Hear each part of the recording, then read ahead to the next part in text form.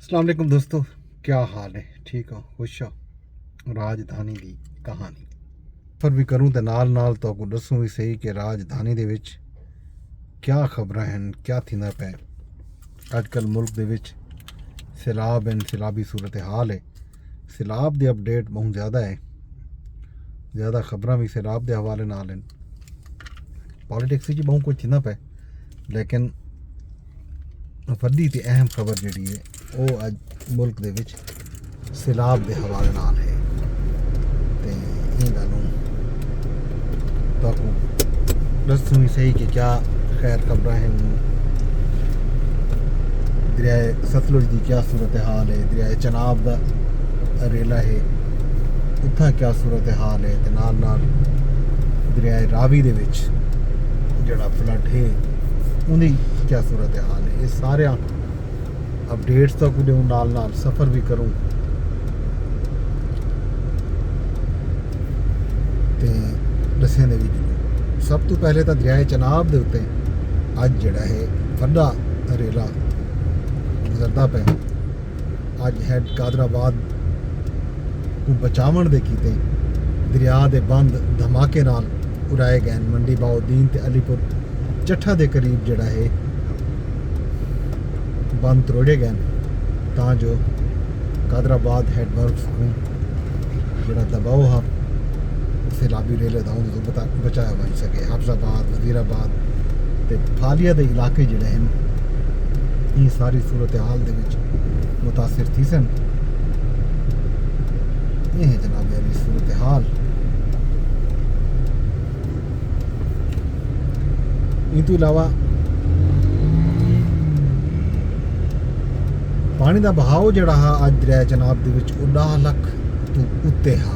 10,17,000 cusec रेला record थे। Had Khanki दे मकाम ते इंतहाई बुलंद सैलाब हा। 10,58,000 क्यूसेक उत्था पानी रिकॉर्ड थे। हैड मराला ते पानी का बहाव जड़ा है कम थी के 4,67,000 क्यूसेक रह गए। गुजरात दर्जना देहात जेरे आब आए ते सैकड़ा मवेशी पानी दे विच बह गए। दरिया सतलुज ते रावी भी दूजे पासों उत्थां भी सैलाबी सूरत हाल बिखरे पैन। पानी की सतह खतरनाक हद तक बढ़ गई है। भारत के सैलाबी पानी नाल नदी नालियां दे विच शदीद तुगयानी आई है। दरियाए रावी दे विच जस्सड़ के मकाम ते 2,22,000 क्यूसेक का एक रेला जड़ा है अज रिकॉर्ड थे। शादरा के मकाम ते भी लगभग 80,000 क्यूसेक तक पानी पहुँचे। तो इन तो इलावा जनाब सैलाब नाल उत्थां भी इन्हां दरियाए रावी के जोड़े पेट दे विच जमीनां हन आबाद थी गया। ज़ाहिर दरियाए रावी अरसा दराज थी गया खुश्क आ। एक नालिया बचा उत्थां लोगों ने अपने घर बार कलोनियां बना के ध्यान ते नाल जमीना भी राह बहा के ध्यान ते वो अज सारा जमीना इवें समझो सैलाबी पानी की नज़र थी गया। लखां एकड़ ते ये फसलां जिहड़े हैं तबाह हैं। मकानात स्कूल जेरे आब आए। कसूर दरियाए सतलुज इंतहाई उतले दर्जे का सैलाब रिकॉर्ड थे। गंडा सिंह वाला के मकाम के पानी की सतह 23 फुट तो वध गई है। 76 तो जायद देहात पानी के विच बुड़ गए। देही आबादी नाल राबता भी कट गए। ये सूरत हाल दरियाए सतलुज की। सैलाबी पानी लोगों ने घर दाखिल थे। स्कूल हस्पताल सब कुछ मुतासिर थे। आबादी को लखों की तादाद लोगों ने अज कसूर ते इन इलाके जो भावल नगर पाकपतन नकल मकानी की अपनी मदद आप देते हैं। इतनी रेस्क्यू 1112 जड़ा है वो भी लोगों की मदद करने रह गए अपनी बसी। तो यह सूरत हाल सियालकोट के जड़ा है कलो की बारिश है कोई उत्थां तबाही मची है। 400 तो वध मिलीमीटर बारिश रिकॉर्ड थी। तो दूजे रोज़ भी पानी नहीं कढ़िया बन सकिया।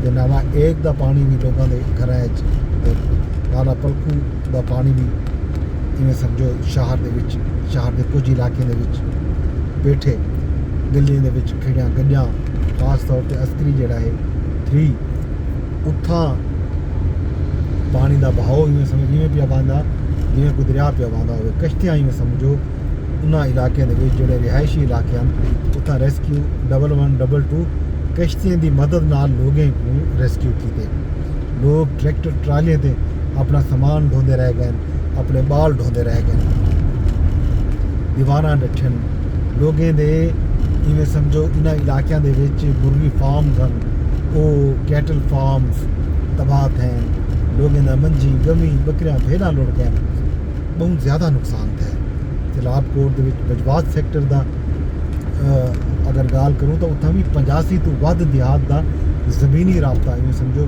सियालकोट नाल मुनक़ता थी गया सड़क मुकम्मल तौर पर पानी तुर गए पंजाब दे विच सैलाब की सूरत हाल को लेते हुए वज़ीर आज़म फौरी तौर पर इंतजामात करने की हिदायत की है उन्हें आखे जो मसाइल को मुल्की सतह पर मुकम्मल हम आहंगी के नाल हल किया वैसी वफाकी हुकूमत खैबर पख्तूनख्वा भी हालिया सैलाबी सूरत हाल के पेश नज़र हर मुमकिन तामुन कीते ते पंजाब दे नाल भी हर मुमकिन तामुन किया वैसी सैलाबी